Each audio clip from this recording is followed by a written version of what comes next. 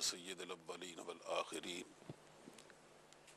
وعلى آلہ واصحابہ ومن تبعہم بإحسان الی یوم الدین اما بعد فاعوذ باللہ من الشیطان الرجیم بسم اللہ الرحمن الرحیم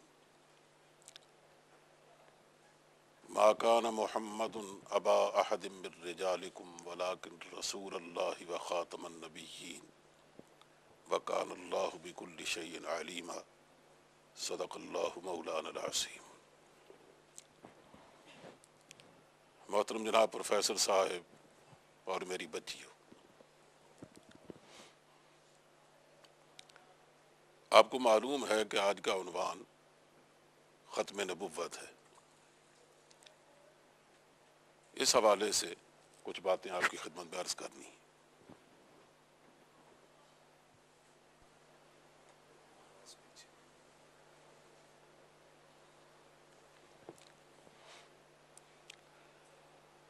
پہلی بات یہ ہے کہ اللہ نے جب انسانوں کو پیدا فرمایا تو آپ جانتی ہیں کہ سب سے پہلے انسان حضرت آدم علیہ السلام تھے، اور ہم سب انہی کی اولاد میں سے ہیں۔ تو اللہ نے جو پہلا انسان پیدا فرمایا اس کو نبوت بھی عطا فرمائی، اس کو نبی بھی بنایا۔ حضرت آدم علیہ السلام نبی بھی تھے اور رسول بھی تھے۔ قرآن کریم میں ہے کہ قُلْ نَهْبِطُوا مِنْهَا جَمِيعًا، کہ حضرت آدم کو حکم دیا کہ آپ اتر جائیے زمین پر، لیکن ساتھ ہی فرمایا فَإِمَّا يَأْتِيَنَّكُم مِّنِّي هُدًى فَمَن تَبِعَ هُدَايَ فَلَا خَوْفٌ عَلَيْهِمْ وَلَا هُمْ يَحْزَنُونَ، کہ تمہیں اپنی زندگی کے وسائل تو زمین سے ملیں گے، روٹی تمہاری اس سے پیدا ہوگی، غذا وہاں سے ملے گی، لیکن زندگی گزارنی کیسے ہے اور اللہ کس طرح کی زندگی پر خوش ہوتا ہے اور کس طرح کی زندگی پر ناراض ہوتا ہے، یہ جو ہدایت اور رہنمائی ہے یہ تمہیں ہماری جانب سے ملے گی۔ اگر تم نے اس کی پیروی کی تو زندگی میں بھی کسی خدشے اور خوف کا شکار نہیں ہوو گے اور آخرت میں بھی سرخرو ٹھہرو گے۔ لیکن اگر تم نے والذین کفروا وکذبوا بآیاتنا، اور جن لوگوں نے اس سے کفر کیا، یعنی انکار کیا اسے ماننے سے اور اس کی تکذیب کی، یہ وہ لوگ ہیں جو دنیا میں اپنی جلائی ہوئی آگ میں جلیں گے اور قیامت کے دن اللہ کے جہنم کا نشانہ بنیں گے۔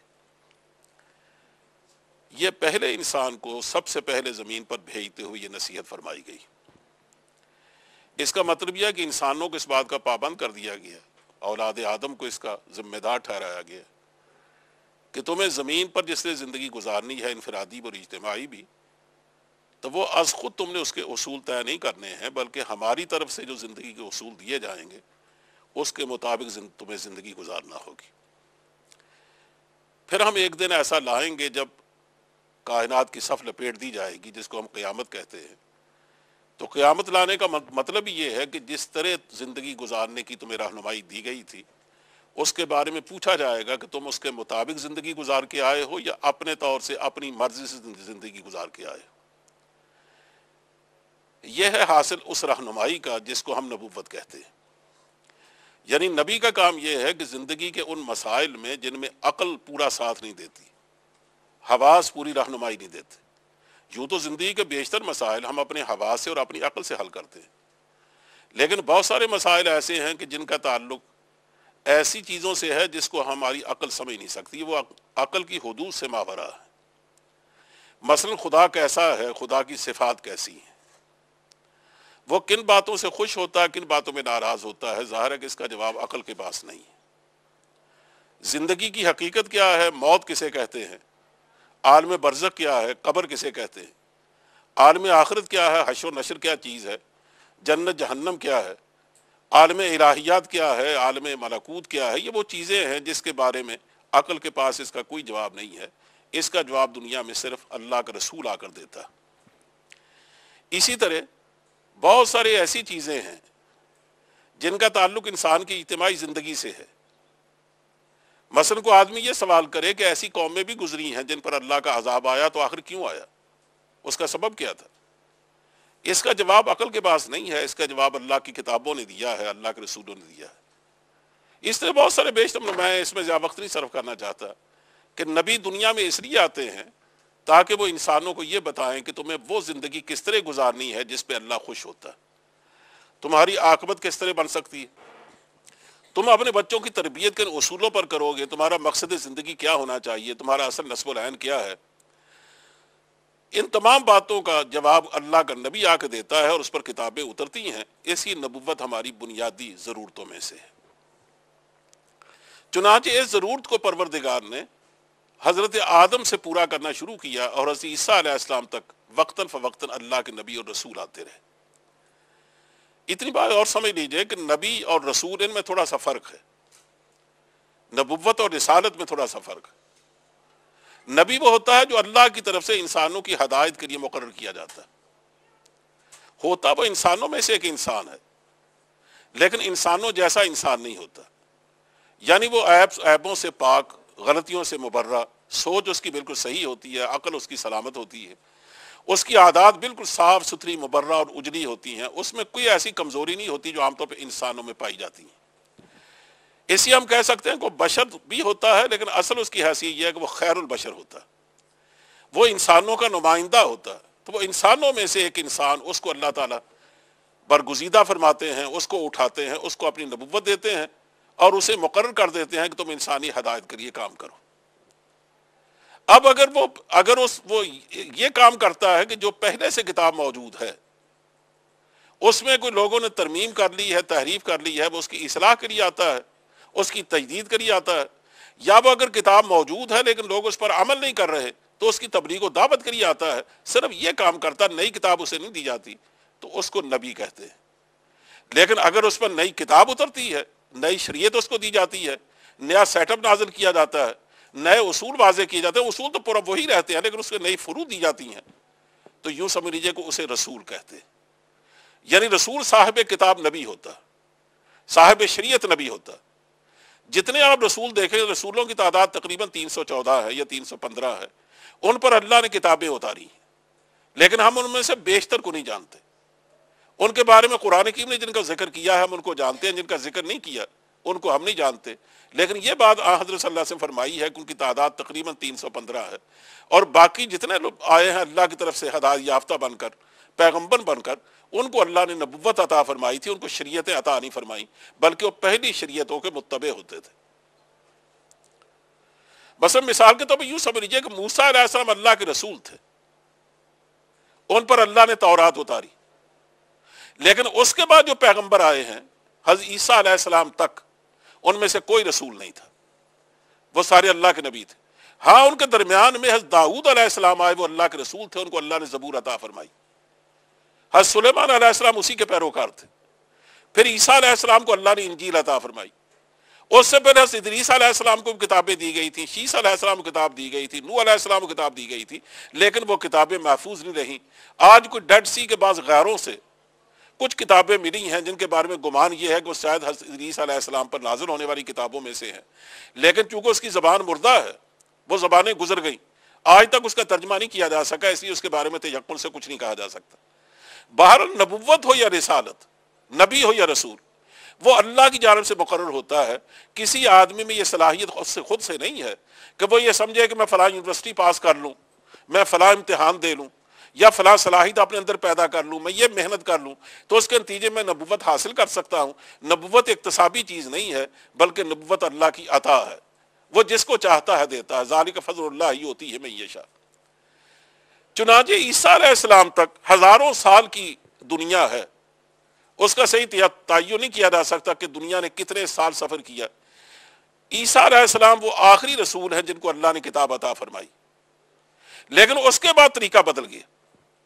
اس کے بعد کے جو 650 سال ہیں اس میں اب دیکھتے ہیں کہ دنیا میں بڑی تیزی سے تبدیلیاں آئی ہیں، اور دنیا تہذیب اور تمدن کے لحاظ سے اور ٹیکنالوجی کے حساب سے اور باہمی تعلقات کے حوالے سے بڑی تیزی سے تبدیل ہوئی، اور وہ وقت قریب آ گیا حضرت صلی اللہ علیہ وسلم کے تشریف لانے کا کہ جب کہ دنیا اس حال کو پہنچ گئی تھی کہ پہلے اگر ایک قوم میں کچھ واقعات پیش آتے تھے دوسری قوم کو بالکل خبر نہیں ہوتی تھی۔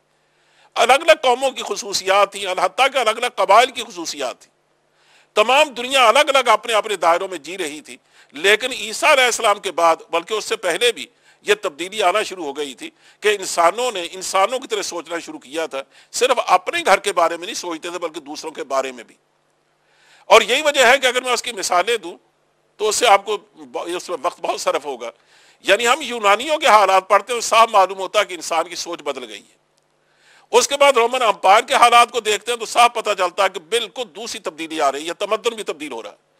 اس کے بعد جب ہم کسرا کے حالات کو دیکھتے ہیں تو معلوم ہوتا ہے کہ تمدنی تہذیب بھی تبدیل ہو رہی ہے.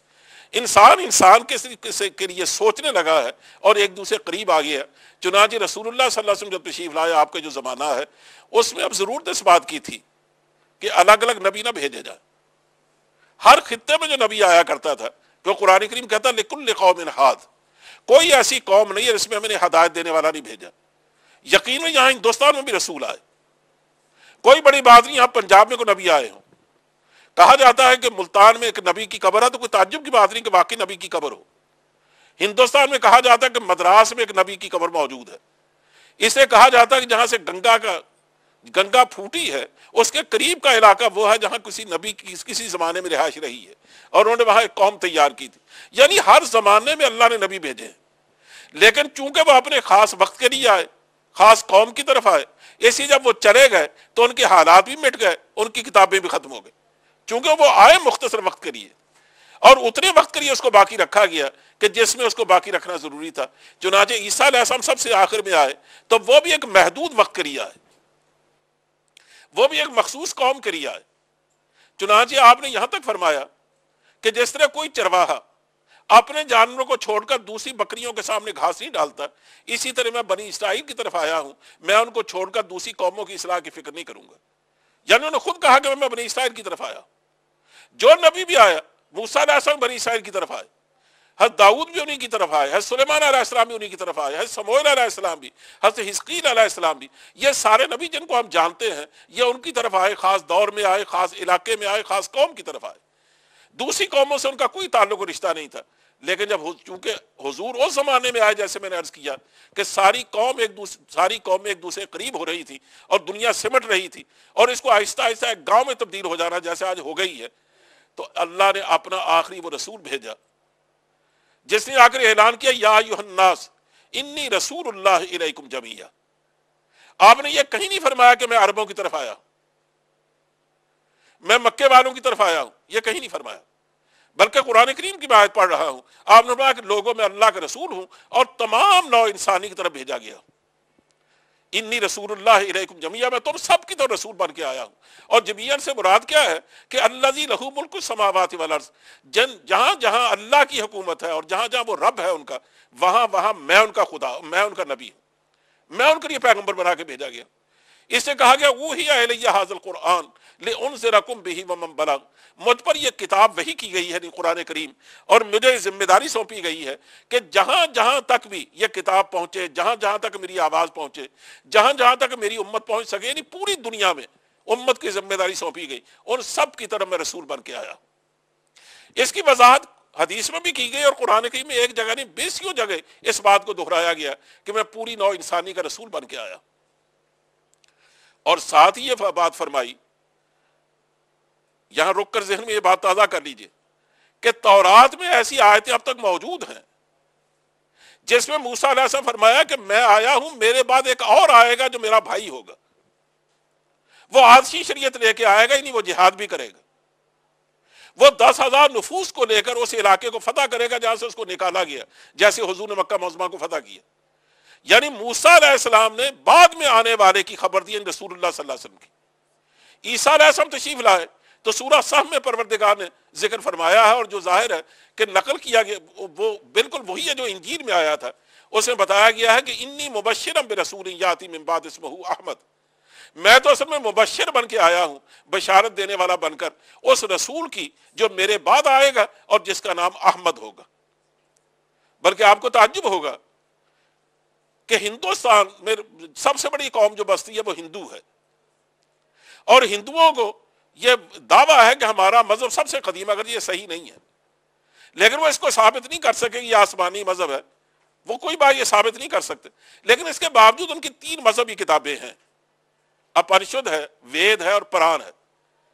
آپ کو حیرانی ہوگی یہ جان کر کہ پران 15 ہیں، ان میں غالباً 15ویں پران میں یہ عبارت ان کی آج تک موجود ہے کہ آخری نبی وہ ہوگا جس کی ماں کا نام امن والی ہوگا، جس کے باپ کا نام اللہ کا بندہ غلام ہوگا۔ اللہ کا غلام کس کا ترجمہ ہے؟ عبداللہ کا۔ اور امن والی کس کا ترجمہ ہے؟ آمنہ کا۔ یعنی یہ قرآن جس کے بارے میں ہم سمجھتے ہیں کہ وہ آسمانی کتاب نہیں ہے، نہ جانے کس نے لکھی ہے، لیکن اس میں یہ بات موجود۔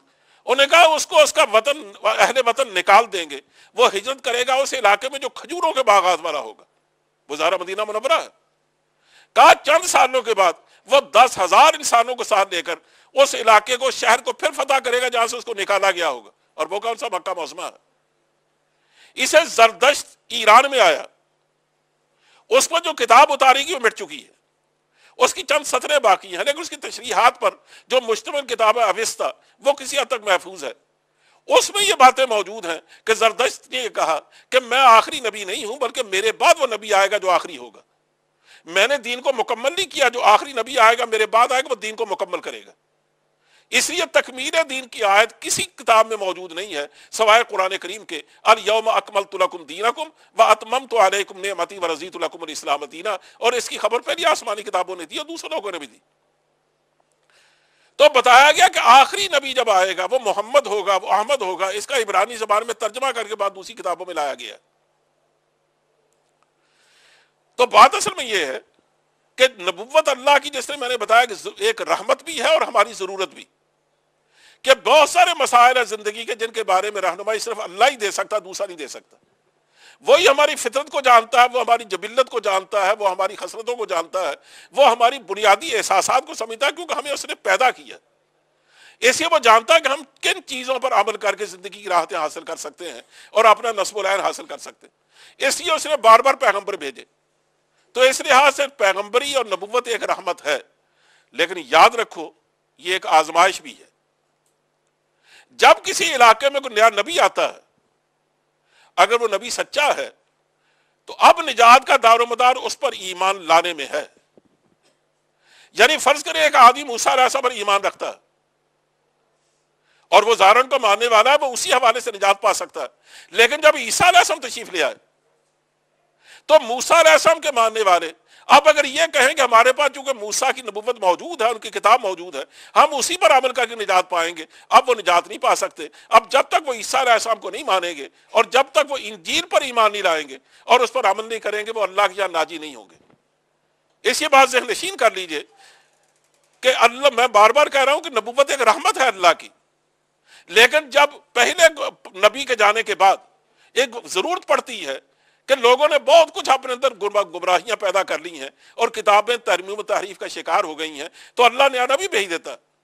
اب نئے نبی کے آنے کے بعد یہ سوال نہیں ہوگا کہ پہلے نبی کی تعلیمات پر تم نے عمل کیسے کیا، بلکہ یہ پوچھا جائے گا تم اس پر ایمان لائے یا نہیں لائے، اور جو وہ کتاب لایا تھا تم نے اس پر عمل کیا یا نہیں کیا۔ اگر ایک آدمی موسیٰ علیہ السلام کو مانتا، نہایت نیک آدمی ہے، لیکن عیسیٰ علیہ السلام کو ماننے سے انکار کر دیتا ہے، یاد رکھو وہ اسی طرح جہنم میں جائے گا جس طرح موسیٰ علیہ السلام کا نہ ماننے والا جائے گا۔ اس لیے اللہ کی رحمت نے یہ فیصلہ کیا کہ چونکہ پوری دنیا سمٹ رہی ہے، اب ایک پیغام کو پوری دنیا تک پہنچایا جا سکتا ہے۔ ایسے وسائل آہستہ آہستہ پیدا ہو رہے ہیں۔ اب ضرورت نہیں ہے کہ ہر ملک میں الگ نبی بھیجا جائے، چنانچہ اس آزمائش کو ختم کر دیا جائے اور انسانوں کے ساتھ رحمت کا سلوک کیا جائے۔ چنانچہ اللہ نے یہ فیصلہ فرمایا کہ اب ہر جگہ نبوت نہیں آئے گی، ہر جگہ رسول نہیں آئے گا، بلکہ ایک رسول ایسے مرکز میں آئے گا جہاں ساری دنیا تک پیغام پہنچایا جا سکتا۔ یہی وجہ ہے کہ عرب کی سرزمین کو اللہ نے پسند فرمایا، اور عرب کی سرزمین آپ دیکھ لیجئے نقشہ سامنے رکھ کر، وہ عین سینٹر میں ہے، تھوڑی سی ہٹی ہوئی۔ حضور نے اس کو زمین کی ناف قرار دیا۔ جو ناف ہے وہ جسم کے عین درمیان میں ہے، لیکن تھوڑی سی ہٹی ہوئی ہے۔ بالکل اسی طرح جزیرہ عرب جو ہے وہ تھوڑا سا مرکز سے ہٹا ہوا لیکن بالکل سینٹر میں ہے۔ وہاں اللہ نے حضرت صلی اللہ علیہ وسلم کو بھیجا، قرآن اتارا، اور ایک ایسی قوم ان کو دی جن میں پیغام بری کی ساری صلاحیتیں موجود تھی۔ وہ سفر کرنے کی پہلے سے عادی تھی، بھوک پیاس برداشت کر سکتی تھی، ان کی زندگی میں بڑی انرجی تھی، سادہ زندگی انہوں نے گزاری، اس لیے تہذیب خوردہ وہ لوگ نہیں تھے، وہ ساری دنیا کا سفر کر سکتے تھے۔ یہی وجہ ہے کہ حضرت کی دنیا سے تشریف لے جانے کے بعد صرف 25 سال کے عرصے میں، تعجب کی بات ہے کہ 24 لاکھ مربع میل علاقے کو انہیں فتح کیا، اور جس علاقے کو فتح کیا وہاں کا دین بھی بدل گیا۔ دیکھو یہ جو مصر ہے، یہ جو شام کا علاقہ ہے، یہ جو لیبیا ہے، یہ جو سوڈان ہے، یہ جو لبنان ہے، یہ عرب ملک نہیں ہے، لیکن آج کیا ہے؟ آج عرب ملک ہے۔ یعنی اندازہ کیجیے آپ ان کے اثرات کا، کہ یہ ملک انہوں نے فتح کیے، اس کی زبان تک بدل گئی، ان کے قلبی احساسات بدل گئے، پورا انسان بدل گیا، معاشرہ بدل گیا۔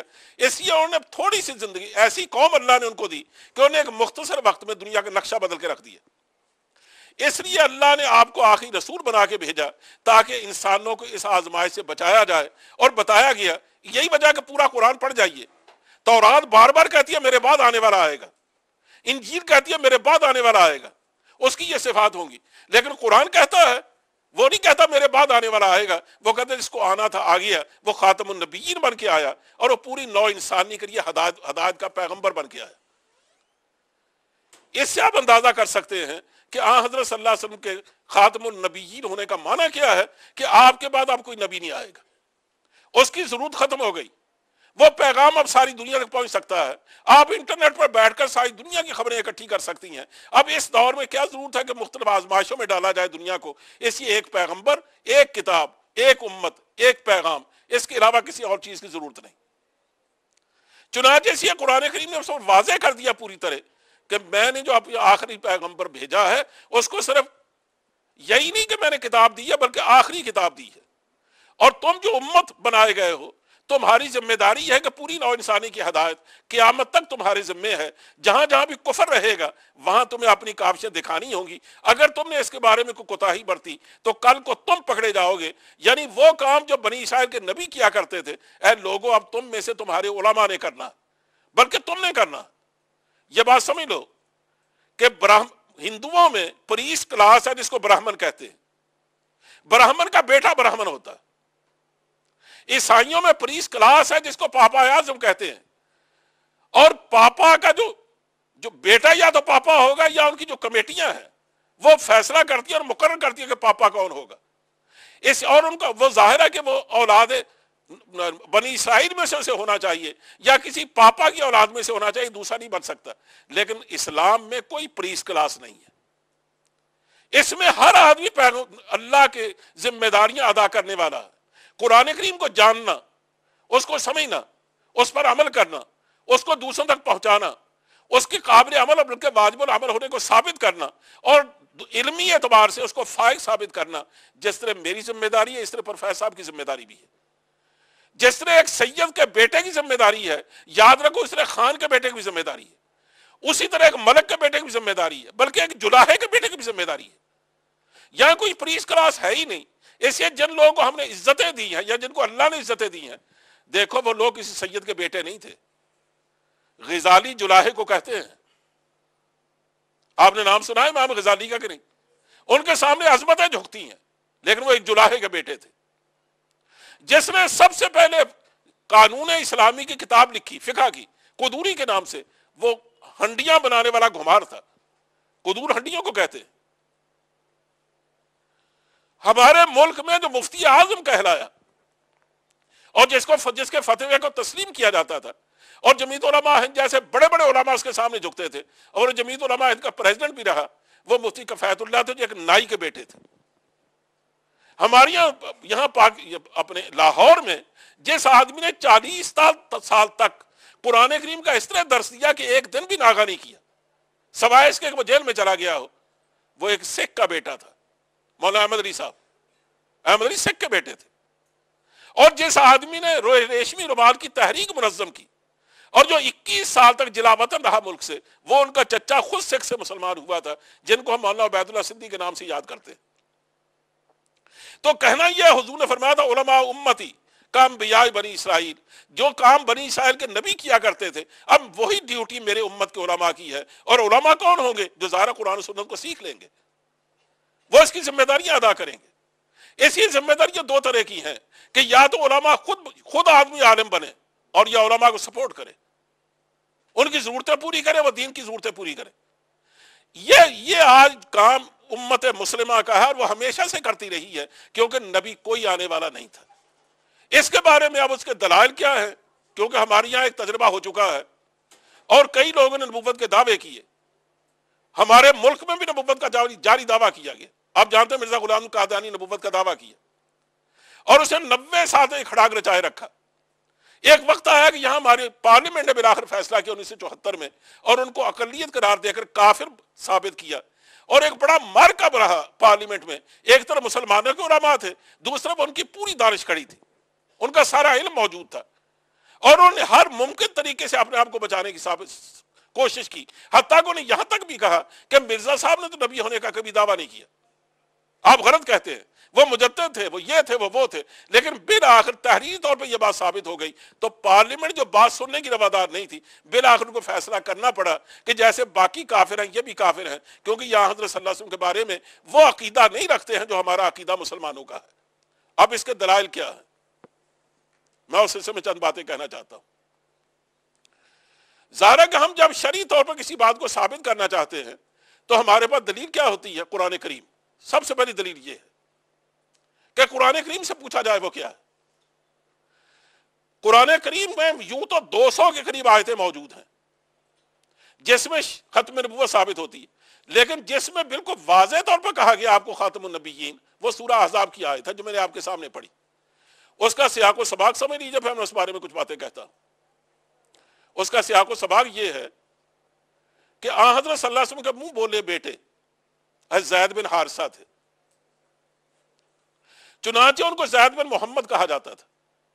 حالانکہ وہ حارثہ کے بیٹے تھے, لیکن ایک وقت تھا کہ وہ اپنے آپ کو محمد صلی اللہ علیہ وسلم کا بیٹا کہتے تھے, یہ اسی نام سے پکارے جاتے تھے. جب اللہ کا حکم آیا کہ لوگوں منہ بولے بیٹے بیٹے نہیں ہوتے, تم غلط سمجھتے ہو, اس لیے جو بیٹا جس کے گھر میں پیدا ہوا اسی کا بیٹا ہے. تم جب ان کو اپنے گھر میں لے آتے ہو, جب وہ جوان ہو جاتا ہے, تمہاری بیٹیاں بھی جوان ہو جاتی ہیں, ان کو تو اس سے پردہ کرنا چاہیے, لیکن وہ یہ سمجھ گیا ہمارا بھائی ہے, بھائی وہ کہاں ہے, وہ تو تمہارے گھر میں پیدا نہیں ہوا.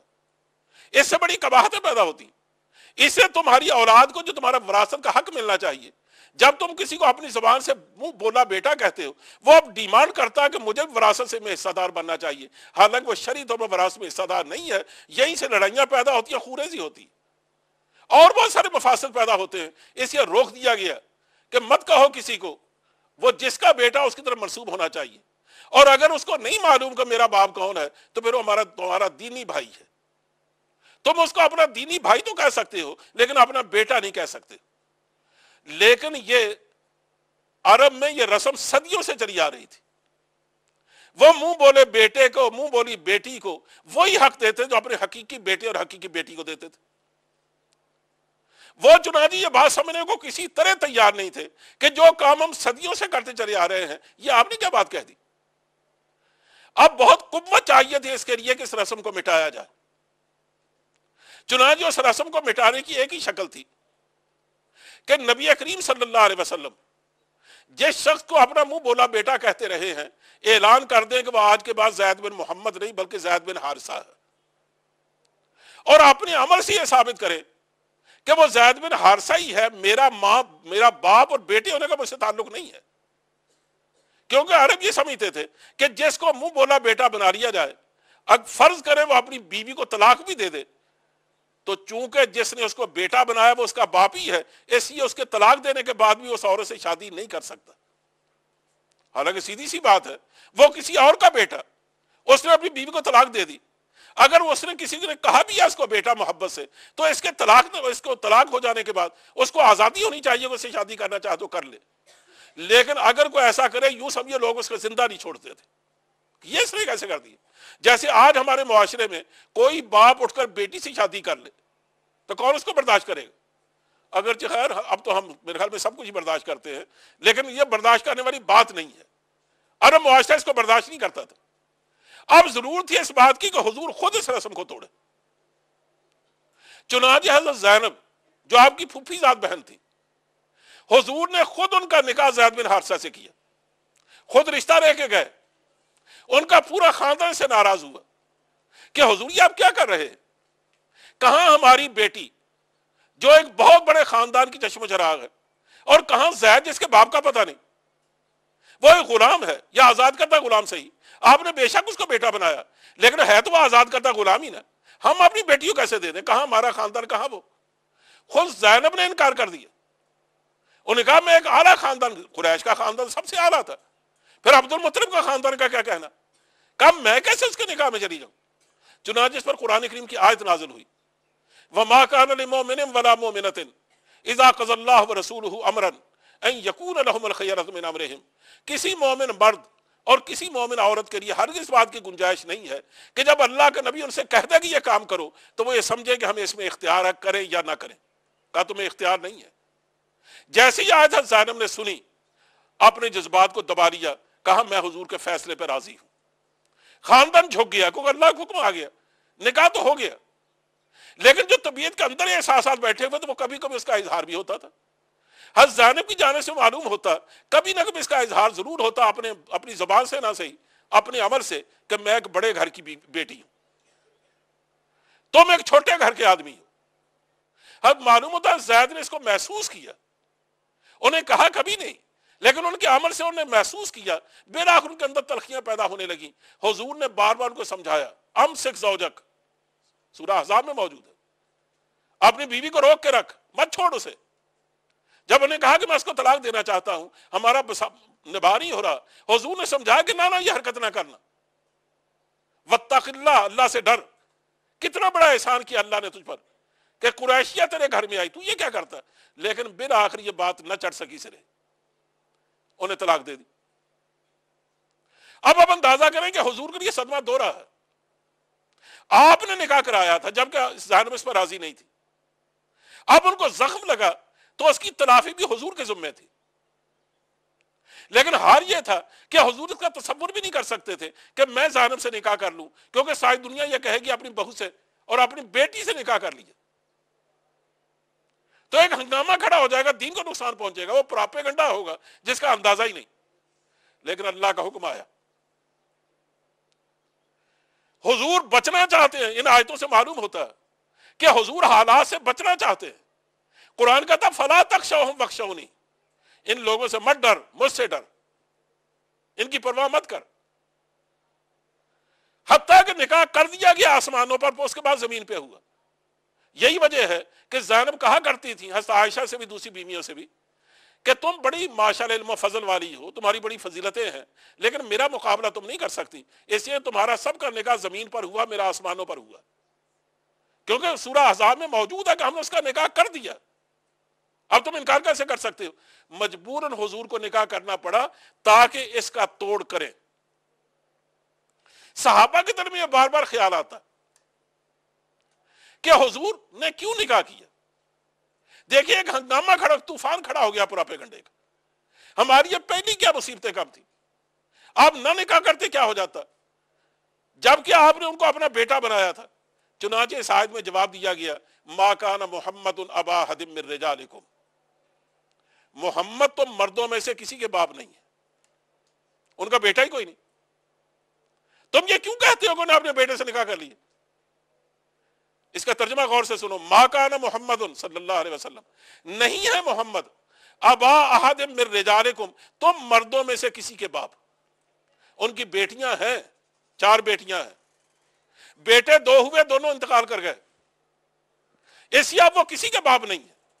تو جو نکاح کیا، تم یہ کیسے کہتے ہو کہ انہوں نے اپنے بیٹے کی بیوی سے نکاح کر لیا؟ رہی یہ بات کہ چلیے وہ نہ صحیح ان کی بیٹی، لیکن پراپیگنڈے سے بچنے کے لیے وہ نہ نکاح کرتے، تو فرمایا اس لیے نکاح کیا ہے کہ دنیا میں جاہلیت کی رسمیں توڑنے کے لیے ہمیشہ اللہ کے رسول آیا کرتے، چاہے دنیا کچھ بھی کچھ کہتی پھرے، چاہے ایک طوفان کھڑا ہو جائے، وہ اس لیے کرنے پر مجبور تھے کہ اللہ کا حکم آیا۔ اب اللہ کے حکم کو اللہ کے رسول نہیں مانے گا تو اور کون مانے گا؟ اس لیے فرمایا ولکن رسول اللہ، وہ اللہ کے رسول ہیں، ایسے ضروری ہے کہ جاہلیت کی رسموں کو خود توڑے۔ پھر لوگوں نے کہا چلیے جاہلیت کی رسموں کو نہ توڑتے، وہ کوئی اور رسول آ جاتا وہ توڑ لیتا۔ فرمایا وخاتم النبیین، اس کے بعد کوئی نبی نہیں آئے گا۔ اب یہ کام انہی کو کرنا، سمجھو میری بات، اس کا مطلب کیا ہے کہ انہوں نے اس لیے زینب سے نکاح کیا ہے کہ وہ ان کے بیٹے کی بیوی نہیں ہیں، کہ وہ مردوں میں سے کسی کے باپ نہیں ہیں۔ انہیں کیا کیوں ہے؟ اس لیے کہ وہ اللہ کے رسول ہیں، ان کی ذمہ داری ہے کہ قول اور عمل سے اللہ کے دین کو ثابت کریں۔ تو رہی یہ بات کہ وہ نہ کرتے کو اور نبی عطا کر لیتا، کہا وخاتم النبیین، وہ نبیوں کو ختم کرنے والے ہیں، اب کوئی نبی نہیں آئے گا۔ لیکن ہمارے مرزائی دوستوں نے کیا کیا؟ خاتم النبیین کا معنی کیا ہے؟ نبیوں کو ختم کرنے والا. انہوں نے کہا نہیں جی، اس کا معنی ہے نبیوں کی مہر.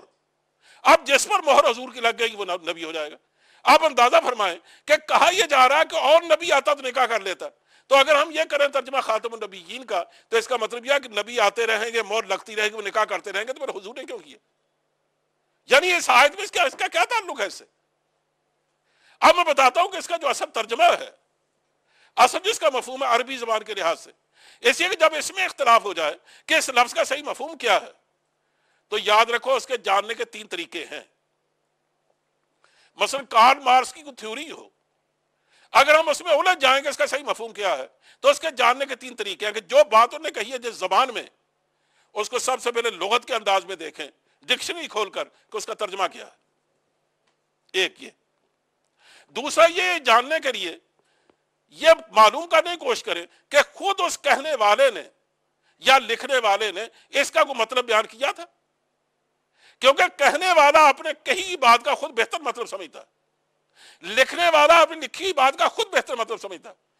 تو اس لیے کارل مارکس نے اگر خود اس کو بیان کیا ہے تو ہم اگر وہ مل جائے ہم یکسو ہو جائیں گے کہ واقعی وہی مطلب ہے.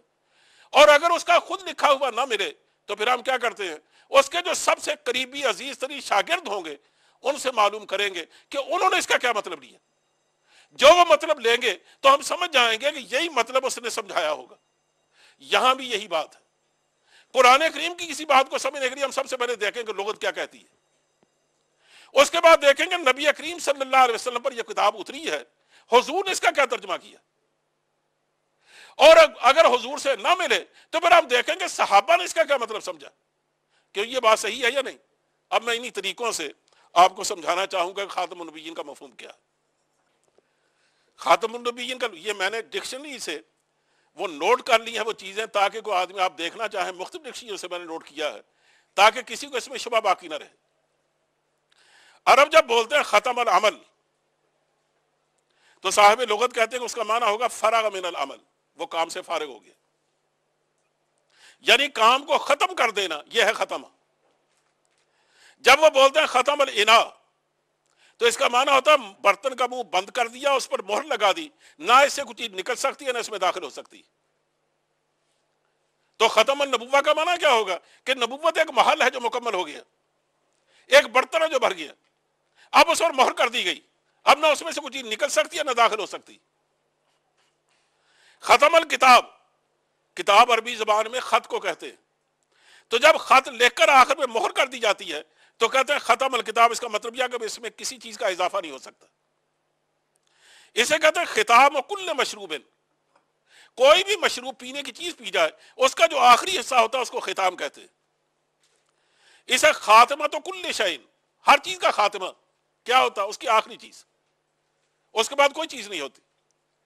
اسے ختم الشیء وہ بلغ آخر ہو، اس کا معنی ہوگا کہ چیز ختم ہو گئی، یعنی اپنے آخر حصے کو پہنچ گئی، اب اس کے بعد اس میں کوئی اضافہ نہیں ہوگا. خاتم القوم، قوم کا آخری آدمی. مثلا آپ عربوں کے سامنے یہ کہیں جا خاتم القوم، عرب فوراً یہ سمجھے گا اس کا معنی یہ ہے کہ قوم کا آخری آدمی آ گیا، اب پیچھے کوئی نہیں بچا. وہ کبھی یہ بےہودگی نہیں سوچ سکتا کہ اس کا معنی یہ ہے کہ اب جس پر مہر لگے گی اس کی وہ آتا جائے گا، یہ معنی نہیں ہوگا. آخری آدمی آ گیا، یہ تو کہتی ہے لغت. اب میں بتاتا ہوں کہ نبی کریم صلی اللہ علیہ وسلم نے اس کا کیا معنی سمجھا. میں مختلف کتابوں سے مختلف روایات جمع کر کے لایا. قال النبی صلی اللہ علیہ وسلم کانت بنو اسرائیل تسوسهم الانبیاء کلما ہلک نبی خلفہ نبی وانہ لا نبی بعدی وسیکون خلفاء. آپ فرماتے ہیں کہ بنی اسرائیل کی قیادت، یعنی موسیٰ علیہ السلام کی جو قوم تھی، بنی اسرائیل کی قیادت انبیاء کیا کرتے تھے. جب کوئی نبی مر جاتا دوسرا نبی اس کا جانشین ہوتا، دوسرا نبی آ جاتا. مگر میرے بعد کوئی نبی نہ ہوگا بلکہ خلفاء ہوں گے. ایک اور موقع پر فرمایا کہ میری اور مجھ سے پہلے کہ مثلی و مثل الانبیاء من قبلی کا مثل رجل بنا بیتا فاحسنہ واجملہ الا موضع لبنۃ من زاویہ فجعل الناس یطوفون به ویعجبون له ویقولون هلا وضعت هذه اللبنہ فانا اللبنۃ وانا خاتم النبیین. فرمایا پہلے گزرے ہوئے انبیاء کی مثال ایسی ہے، میری مثال ان کی مثال، جیسے ایک شخص نے ایک عمارت بنائی بڑی خوبصورت بڑی حسین، مگر ایک کونے میں ایک اینٹ کی جگہ چھوڑ دی کہ بڑا خوبصورت محل بنایا لیکن ایک کونے میں ایک اینٹ کی جگہ خالی ہے. لوگ اس عمارت کے گرد پھرتے، اس کی خوبروئی پر حیرت کا اظہار کرتے، مگر کہتے تھے کہ اس جگہ اینٹ کیوں نہ رکھی گئی، اتنا خوبصورت محل تاج محل کھڑا کیا گیا، یہ ایک کونا کو خالی کر دیا گیا. فرمایا وہ اینٹ میں ہوں، فانا اللبنہ، میں ہوں وہ اینٹ، وانا خاتم النبیین، کیونکہ میں ہوں خاتم النبیین. میں نے اس محل کو مکمل کر دیا ہے آخری اینٹ لگا کر. اس اور حدیث ہے جس میں بار بار فرمایا ختم بی الانبیاء، میرے آنے کے بعد نبی ختم کر دیے گئے.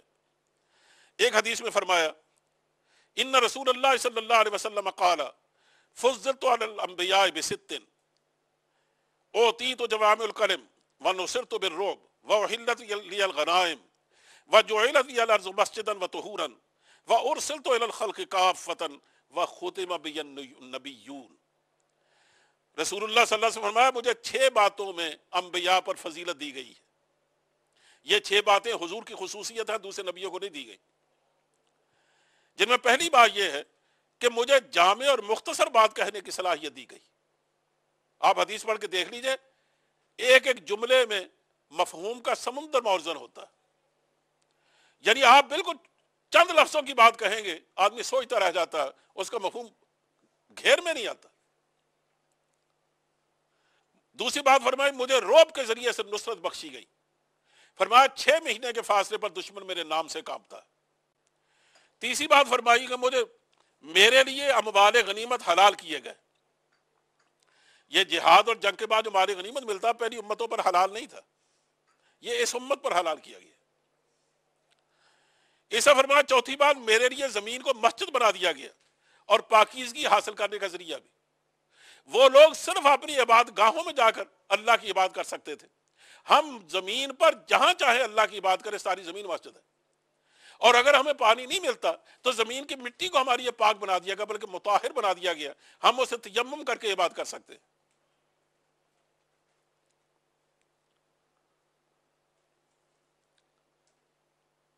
پانچویں بات فرمائی مجھے تمام دنیا کے لیے رسول بنایا گیا.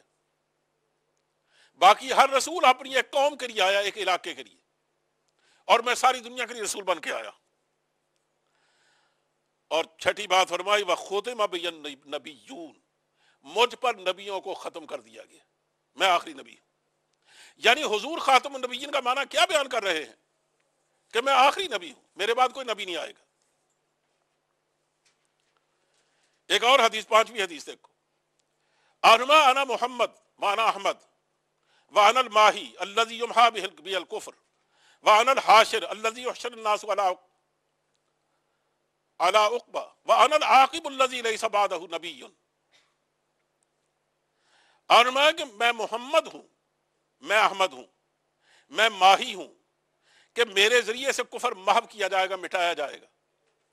میں حاشر ہوں، وانا العاقب الذی لیس بعدہ نبی، وانا الحاشر الذی یحشر الناس علی عقبی، کہ میں حاشر ہوں کہ میرے بعد لوگ حشر میں جمع کیے جائیں گے. پہلے حضور اٹھیں گے قبر سے، اس کے بعد لوگوں کو اٹھایا جائے گا.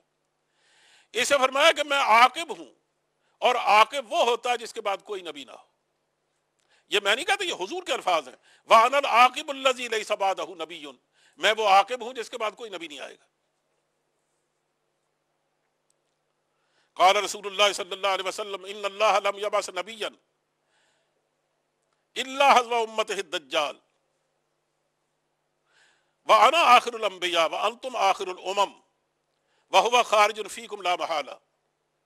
فرمایا اللہ نے کوئی نبی نہیں بھیجا جس نے اپنی امت کو دجال کے خروج سے نہ ڈرایا. اب میں آخری نبی ہوں اور تم آخری امت ہو، یقیناً اس کو تمہارے اندر ہی نکلنا ہے، کہ دجال آئے گا. مطلب یہ کہ بار بار میں وہ حدیثیں پڑھ رہا ہوں جس کے پتہ چلتا ہے کہ حضور آخری نبی ہیں, آپ کے بعد کوئی نبی نہیں آئے گا. اب ساری احادیث پڑھ تو ظاہر بڑا وقت چاہیے.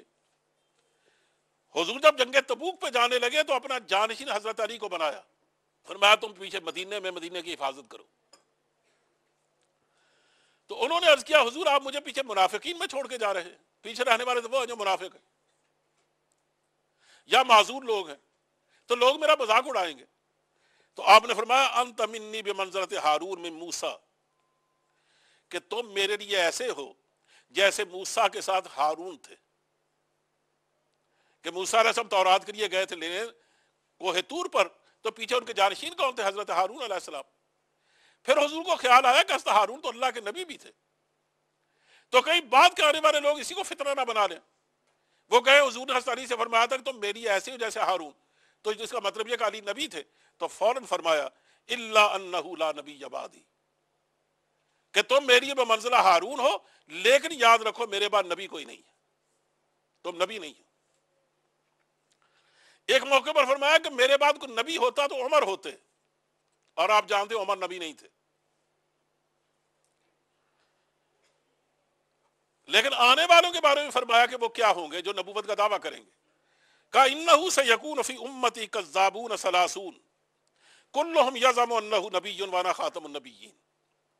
کہا میری امت میں میرے بعد یعنی قیامت تک کہا جھوٹے 30 نبی آئیں گے, 30 آدمی دعویٰ کریں گے نبوت کا.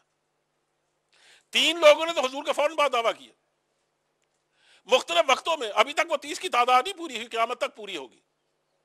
حضور فرماتے ہیں میرے بعد 30 آئیں گے کذاب اور دجال. ان کو فرمایا وہ جھوٹے ہوں گے, وہ فریبی ہوں گے. دجال بہت دھوکے باز آدمیوں کہتے ہیں. کلہم یزعم انہ نبی, ہر ایک دعویٰ کرے گا کہ وہ نبی ہے, لیکن فرمایا وانا خاتم النبیین لا نبی بعدی, میں خاتم النبیین ہوں, میرے بعد کوئی نبی نہیں ہے. اب میرے خیال میں اتنی احادیث سننے کے بعد کیا پھر بھی شبہ رہ سکتا ہے کہ آدمی یہ سمجھے کہ خاتم النبیین کا کوئی اور معنی بھی ہے؟ لیکن میں اس کے ساتھ اس میں اضافہ کروں گا کہ امت نے کیا سمجھا, صحابہ نے کیا سمجھا. آپ جانتے ہیں کہ حضور جیسے دنیا سے اٹھ گئے, حضرت صدیق اکبر خلیفہ بنے, ان کے 10 دن نہیں گزرنے پائے تھے خلافت کے کہ طوفان اٹھ کھڑا ہوا. فتنوں نے یوں لگتا اپنا گھونگھٹ اتار دیا. بڑے بڑے فتنے اٹھے, ان میں سے 3 نبیوں نے دعوے کیے. ایک فتنہ ایک عراق میں, اور 2 غالباً عراق میں اٹھنے والی جو خاتون تھی, لڑکی تھی, جیسے نبی ہونے کا دعویٰ کیا. اس نے کہا قرآن نے یہ تو کہا ہے کہ حضور نے یہ تو فرمایا میرے بعد نبی کوئی نہیں آئے گا, یہ تو نہیں فرمایا تھا میرے بعد نبیہ بھی نہیں آئے گی, کوئی نبی عورت بھی نہیں آئے گی, اس لیے میں تو آ سکتی ہوں نا. اور سب سے بڑا علم جو دجال تھا وہ تھا مسیلمہ کذاب. اس کو کہا ہی حضور نے کذاب فرمایا. اس نے حضور کی زندگی کے آخری دنوں میں نبوت کا دعویٰ کیا, اسی حضور نے اسے کذاب کہا. اس نے خط لکھا حضور کو, اس نے یہ نہیں کہا, یہ نوٹ کرو, اس نے یہ نہیں کہا کہ میں آپ کو نبی نہیں مانتا. انہوں نے کہا میں آپ کو نبی مانتا ہوں, میں آپ پر ایمان لایا ہوں, لیکن مجھے اللہ نے آپ کی نبوت میں شریک کیا ہے. اشرکت فی نبوتک, میں شریک کیا گیا ہوں آپ کی نبوت میں. اس لیے جو کچھ آپ نے فتوحات کی ان میں آدھی تقسیم کر کے میرے حوالے کر دیجئے, یعنی آدھا ملک مجھے دے دیجئے.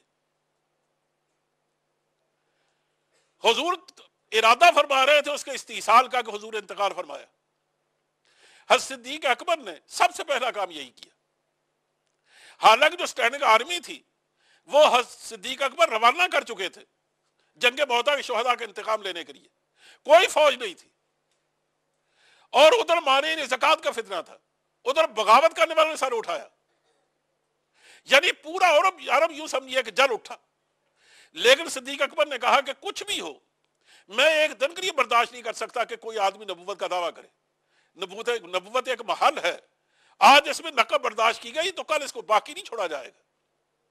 تخت نبوت پر میں کسی کو نہیں بیٹھنے دوں گا. چنانچہ آپ نے جو لوگ بھی جمع ہو سکے, کل تعداد کی اس وقت 11,000 ہوئی, حضرت خالد بن ولید کو دے کر روانہ کر دیا. حالانکہ جو فوج تھی مسیلمہ کی اس کی تعداد 40,000 تھی. یہی وجہ کہ اس جنگ میں مسلمانوں کے ساتھ نقصان ہوا ہے. یاد رکھو کسی جنگ میں تو نقصان نہیں ہوا. ان میں 400 تو وہ صحابہ شہید ہوئے جو مکمل حافظ قرآن تھے.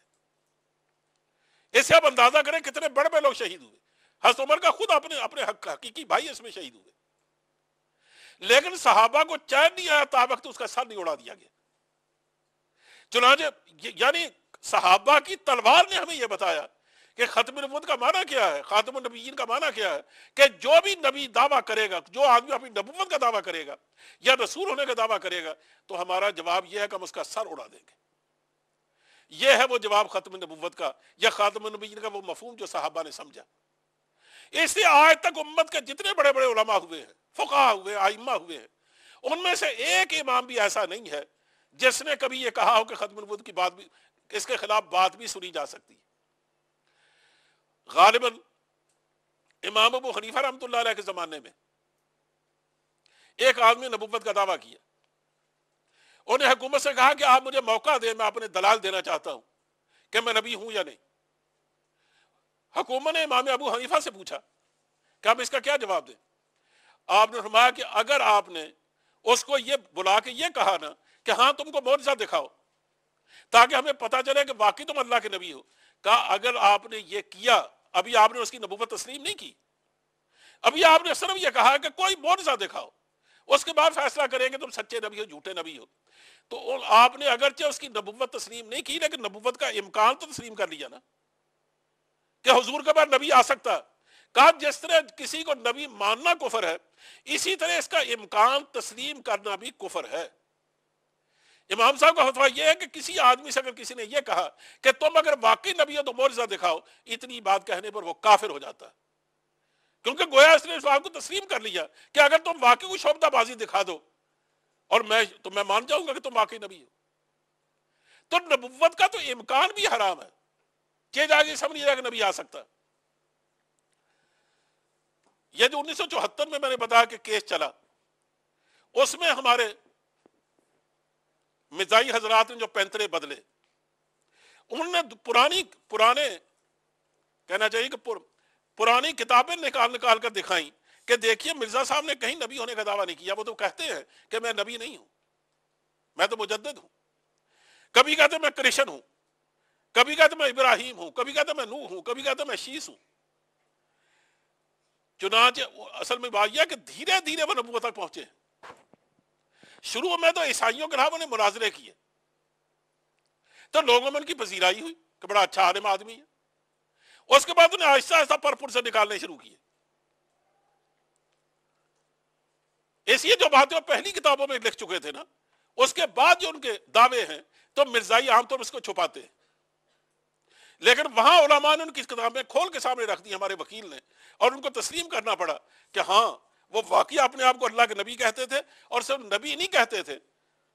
بیٹیوں یاد رکھو, اتنا بڑا دریدہ دہنا آدمی کو پیدا نہیں ہوا ہوگا. اس نے یہاں تک کہا کہ جو مجھ پر ایمان نہیں لاتا وہ رنڈیوں کی اولاد ہے, ہم اولاد البغایا. عربی زبان میں اس کا فتویٰ موجود ہے کہ وہ رنڈیوں کی اولاد, سارے مسلمانوں کو رنڈیوں کی اولاد سمجھتا اور اپنے آپ کو اتنا بڑا آدمی سمجھتا ہے. اس کے ایک مرید نے ایک نظم لکھی اور اسے باقاعدہ اپنے ڈرائنگ روم میں لٹکائی. اس کا ایک شعر تھا کہ محمد دیکھنے ہوں جس نے اکمل, غلام احمد کو دیکھے قادیاں میں. کہ سب سے مکمل جو نبی محمد ہے نا وہ تو یہ ہے, وہ اپنا نام محمد بھی رکھتا ہے کہ میرا نام محمد بھی ہے, میں محمد کا عکس بن کے آیا, اس کا مظہر ہوں میں. اپنے آپ کو یہ مسیح موعود بھی کہتا ہے, نہ جانے اپنے آپ کو کیا کہتا ہے. اور پھر اپنے یہاں ربوے میں اور قادیہ میں اس نے وہ تمام تلمیحات چرائی ہیں جو حضرت صلی اللہ علیہ وسلم کے ساتھ مخصوص ہیں. مثلا حضور کی بیویوں کو کیا کہا جاتا ہے؟ امہات المومنین, مسلمانوں کی مائیں. مرزا صاحب نے اپنی بیویوں کے لیے یہ لفظ استعمال کیا. قبرستان کو کیا کہا جاتا ہے مدینے کو؟ جنت البقیع. انہوں نے جنت البقیع بنایا. یعنی جو حضور کی خصوصیات تھی وہ سب نے چرائی ہیں, ان میں سے کسی بات کو شخص نہیں چھوڑا. لیکن میں آپ سے یہ بات آپ کو بتانا چاہتا ہوں کہ یہ وہ جھوٹ بولتے ہیں کہ وہ نبی نہیں ہے. انہوں نے نبی کا ہونے کا دعویٰ کیا. میں اسی کی عبارت پڑھ کے سناتا ہوں مرزا صاحب کی. کہ ان سے کسی نے کہا، کسی نے مرزا صاحب سے سوال کیا کہ آپ کی عبارتوں میں یہ تناقض نظر آتا ہے کہ کہیں آپ اپنے رب کو، اپنے آپ کو غیر نبی کہتے لکھتے ہیں، اور کہیں اپنے آپ کو مسیح کے تمام شان میں بڑھ کر قرار دیتے ہیں کہ میں مسیح سے بھی شان میں بڑا ہوا، اور کہیں اپنے آپ کو نبی کہتے ہیں، یہ کیا ہے؟ اب دیکھیے اس کا وہ جواب دیتے ہیں۔ اندازہ کریں کہ نبی کریم صلی اللہ علیہ وسلم نے نبوت کا دعویٰ کیا تو کیا حضور نے پہلے اور بھی دعوے کیے تھے کہ میں یہ ہوں، میں یہ ہوں، میں یہ ہوں، بڑھتے بڑھتے آپ نبی بنے؟ اور آپ نے کبھی کہا تھا کہ شروع میں کہ نہیں میں نبی نہیں ہوں، تمہیں غلط فہمی نہیں ہونی چاہیے؟ غار حرا سے اترے تو پہلے دن کہا کہ اللہ نے مجھے نبوت دی ہے۔ اور اگر آپ کو پریشانی ہوئی کوئی تو حضرت جبریل آپ کو نظر آتے چلتے ہوئے، کہتا انت رسول اللہ، تم اللہ کے رسول ہو۔ پتھر آپ کو پکارتے السلام علیکم یا رسول اللہ، کہ اللہ کے رسول کی رسالت کوئی شک سے بھی شروع نہیں ہوتی۔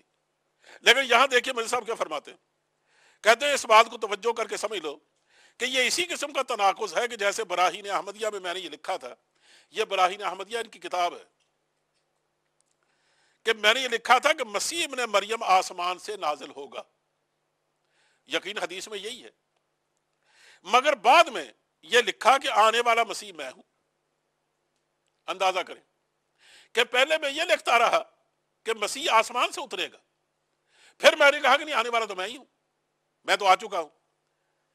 اس تناقض کا بھی یہی سبب تھا کہ اگرچہ خدا تعالیٰ نے براہین احمدیہ میں میرا نام عیسیٰ رکھا، اور یہ بھی مجھے فرمایا کہ تیرے آنے کی خبر خدا اور رسول صلی اللہ علیہ وسلم نے دی تھی، پتہ نہیں کہاں دی تھی، مگر چونکہ ایک گروہ مسلمانوں کا اس اعتقاد پر جمع ہوا تھا، اور میرا بھی یہی اعتقاد تھا کہ عیسیٰ آسمان پر سے نازل ہوں گے، اس لیے میں نے خدا کی وحی کو ظاہر پر حمل کرنا نہ چاہا، بلکہ اس وحی کی تعویل کی اور اپنا اعتقاد وہی رکھا جو عام مسلمانوں کا تھا، اور اس کو براہین احمدیہ میں شائع کر دیے۔ لیکن بعد میں اس کے بارے میں بارش کی طرح وحی الہی نازل ہوئی کہ وہ مسیح موعود جو آنے والا تھا وہ تو ہی ہے۔ یہ بعد میں اللہ کو بعد میں ہوش آیا، بعد میں وحی اتاری کہ وہ تو ہی، اور ساتھ ہی اس کے صدہا نشان ظہور میں آئے، اور زمین و آسمان میرے پر جبر کر کے مجھے اس طرف لے آئے کہ آخری زمانہ میں مسیح آنے والا میں ہی ہوں، اور نہ ورنہ میرا اعتقاد تو وہی تھا جو میں نے براہین احمدیہ میں لکھ دیا تھا۔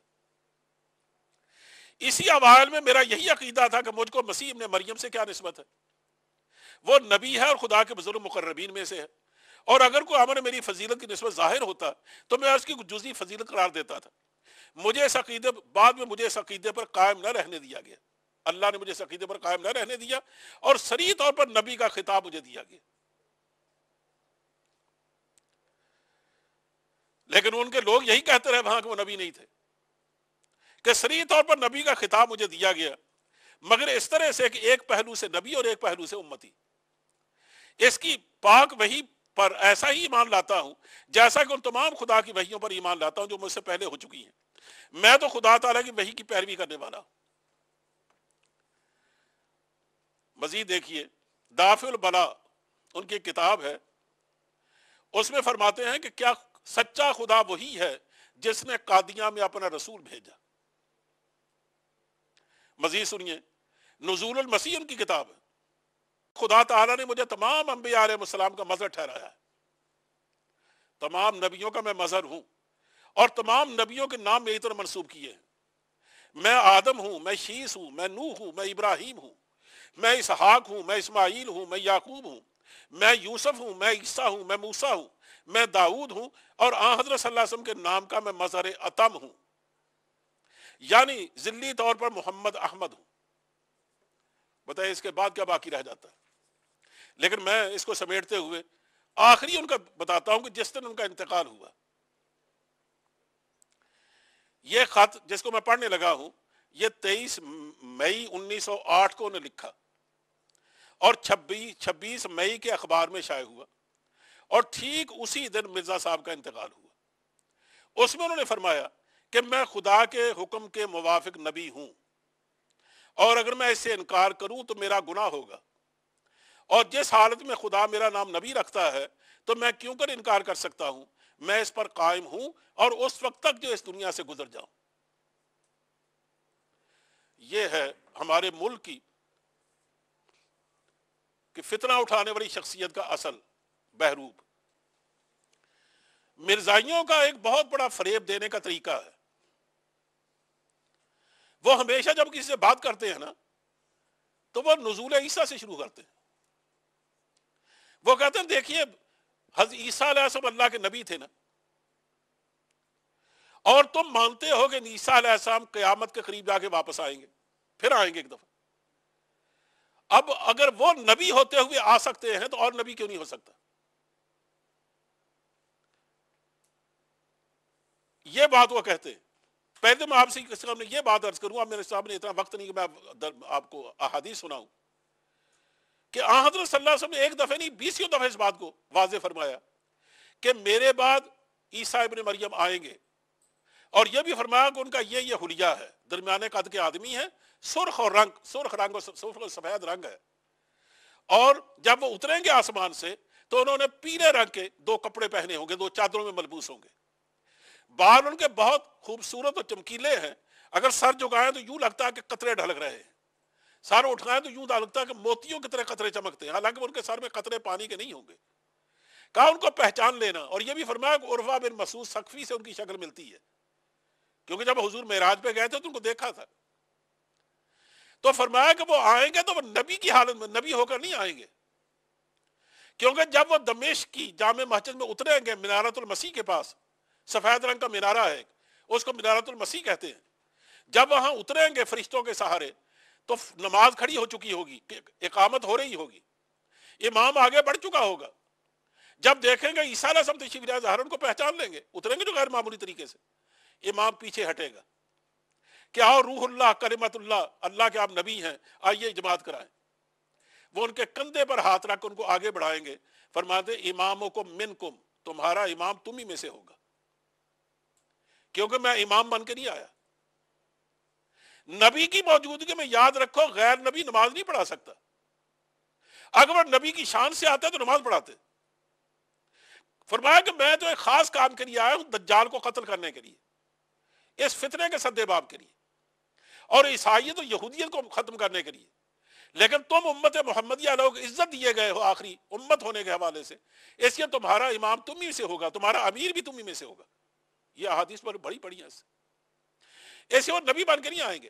لیکن یہ اس سے دھوکہ دیتے ہیں لوگوں کو کہ دیکھو عیسیٰ علیہ السلام جب آ سکتے ہیں، ان کو مسیح موعود کہتے ہیں. یہ جب وہ مسیح موعود آ سکتے ہیں کہ وہ مسیح جن کا وعدہ کیا گیا آنے کا، تو کوئی اور کیوں نہیں آ سکتا؟ تو پھر یہ کہتے ہیں کہ دیکھو مسیح موعود ابھی تک تو نہیں آئے نا، تو آپ کہیں گے نہیں آئے. وہ کہتے ہیں وہ نہیں آئیں گے کیونکہ ان کا انتقال ہو چکا ہے. اور ماشاءاللہ انہیں قبر بھی دریافت کر لیا، کہ وہ کہتے ہیں یہ جو کشمیر کا بڑا شہر ان کے قبضے میں ہے، کیا نام اس کا، سری نگر میں ان کی قبر ہے، ایک گلی میں. بتائیے کہاں وہ دمشق میں رہتے تھے، یروشلم میں، بیت المقدس میں. عیسائیوں کا بقول وہی ان کو پھانسی سولی پر چڑھا دیا گیا. ہم تو نہیں مانتے اسے، ہم تو کہتے ہیں اللہ نے آسمانوں پہ اٹھا لیا. تو وہ وہاں سے نکل کر کب وہ کشمیر آئے اور کب وہاں ان کا انتقال ہو گیا؟ اچھا یہاں تک آپ کو لا کر وہ چھوڑ دیں گے کہ دیکھو ان کا تو ہو گیا انتقال، حالانکہ حدیث بھری پڑی ہے کہ مسیح موعود نے آنا ہے. اب وہ تو نہیں آئیں گے، پھر کون آئے گا؟ آپ یہ حیران ہو جائیں گے کہ باقی اب کون آئے گا. حالانکہ اگر کبھی آپ سے کبھی بات ہو نا تو وہ پوچھیں گے اب کون آئے گا، آپ کہیں گے میں آؤں گی. یا کوئی آدمی ہے تو وہ کہے گا میں آؤں گا. تو آپ سے پوچھیں تم کیسے مسیح ہو سکتے ہو، تم کو مرزا صاحب کیسے ہو سکتے، ان کی رشتہ داری ہے ان سے. چنانچہ وہ کہتے ہیں کہ دیکھیں جس نے آنا تھا وہ تو نہیں آئے گا، اب وہ آ چکا ہے جس نے آنا ہے. اور وہ کہاں آیا؟ قادیہ میں، اس کا نام مرزا غلام احمد ہے. آپ حیران ہو کے پوچھیں گے کہ جس نے آنا تھا اس نے پیدا ہو کے نہیں آنا تھا، وہ تو بہت پہلے ابن مریم بن چکا، مریم کے پیٹ سے پیدا ہوا، اور وہ ہزاروں سال گزار کے اب آنے والا تھا، تو اس کو تو نازل ہونا تھا. یہ مرزا صاحب تو پیدا ہوئے ہیں، لیکن اس کو بات کو کون پوچھتا ہے؟ کہتے وہ آ چکے. تو آپ حیران ہو کے پوچھیں گے اچھا انہوں نے آنا تھا دمشق میں، قادیہ میں کیسے آ گئے؟ آپ حیران ہوں گے کہ اس کی تعبیر کی مرزا صاحب نے. فرمایا دمشق میں مجھے یہ بتایا گیا، وہی مجھ پر اتری کہ دمشق سے مراد وہ شہر ہے، یہ میں مذاق نہیں کر رہا. وہ کہتا ہے مجھے اللہ کی جانب سے بتایا گیا کہ دمشق وہ شہر ہے جس میں یزیدی اور تبع لوگ رہتے ہیں. نہ یہ قادیہ وہ شہر ہے جس میں یزیدی و تبع لوگ رہتے ہیں، ایسے دمشق سے مراد وہ شہر ہے جیسے اس طرح کا، ایسی سے مراد قادیہ ہے، دمشق نہیں ہے۔ رہی یہ بات کہ اس کو منارۃ المسیح پر اترنا تھا، تو مرزا صاحب نے کیا کیا کہ آپ پہلے گئے، منارہ بعد میں بنوا لیا۔ اس میں کوئی بات غلط ہو تو میں ذمہ دار ہوں، کہ قوموں کے حافظے کمزور ہوتے ہیں، وہ جانتے ہیں کہ ایک نسل گزرے گی تو ہم کہیں گے اسی منارہ سے اترے تھے۔ اچھا پھر لوگوں نے پوچھا کہ انہوں نے دجال کو قتل کرنا تھا، تو مرزا صاحب نے کون سا دجال مارا؟ انہوں نے کہا اور انہوں نے قتل بھی کرنا تھا جو حدیث میں آتا لد پہاڑی کے پاس، جہاں تل ابیب کا ہوائی اڈا ہے، یہاں عفیق گھاٹی ہے، تبریہ کی جھیل کے پاس چند میل کے فاصلے پر، یہ ساری علامتیں حدیث میں موجود ہیں کہ وہاں آخری مارکا ہوگا، وہاں وہ ان کا بہت بڑا لیڈر ہوگا، وہ دجال جس کو عیسیٰ علیہ السلام قتل کریں گے۔ کہا وہ مارکا تو وہاں ہونے والا تھا، اسرائیل کے پاس، تل ابیب کے ہوائی اڈے کے پاس، تو آپ کہتے ہیں یہ لدھیانے میں ہوا، یہ کیا بات ہے؟ وہ کہتے ہیں بات اصل میں یہ ہے کہ لد پہاڑی جو حضور نے فرمایا اسے مراد لدھیانہ ہے۔ بتائیے نبی ایسے ہوتے کہ لد پہاڑی سے مراد کیا ہے؟ لدھیانہ۔ وہاں میرے ہاتھ پر سب سے پہلے بیعت ہوئی اور دشمن دیکھتے رہ گئے، یہ ہے وہ چیز جس کو دجال قتل کرنے سے تعبیر کیا گیا۔ وہاں کے دجال دیکھتے رہ گئے، وہاں میرے ہاتھ پر بیعت ہو گئی، تو دجال مر گیا۔ یہ وہ یعنی وہ کاروبار ہے دجل و تلبیس کا جو اس ملک میں ہوتا رہا، اور یہ ظاہر ہے کہ چونکہ انہوں نے اپنا نام محمد بھی رکھا ہے نا، ابھی میں نے آپ کے سامنے حوالہ بھی پڑھا، ایسے جب وہ پڑھتے ہیں نا لا الہ الا اللہ محمد الرسول اللہ، تو مراد محمد سے مرزا غلام احمد ہوتے ہیں، ہم سمجھتے ہیں حضور کا کلمہ پڑھ رہے ہیں۔ بہرحال یہ وہ ختم نبوت کے بارے میں ضروری باتیں تھیں، میں نے اس کا مفہوم بھی واضح کیا ہے، اور ان کے بعد تلبیسات سے پردہ اٹھایا۔ کہنے کو تو بہت کچھ ہے، لیکن ظاہر ہے کہ وقت اس کے لیے گنجائش نہیں رکھتا۔ اللہ اس کو قبول فرمائے۔ وآخر دعوانا الحمدللہ رب العالمین۔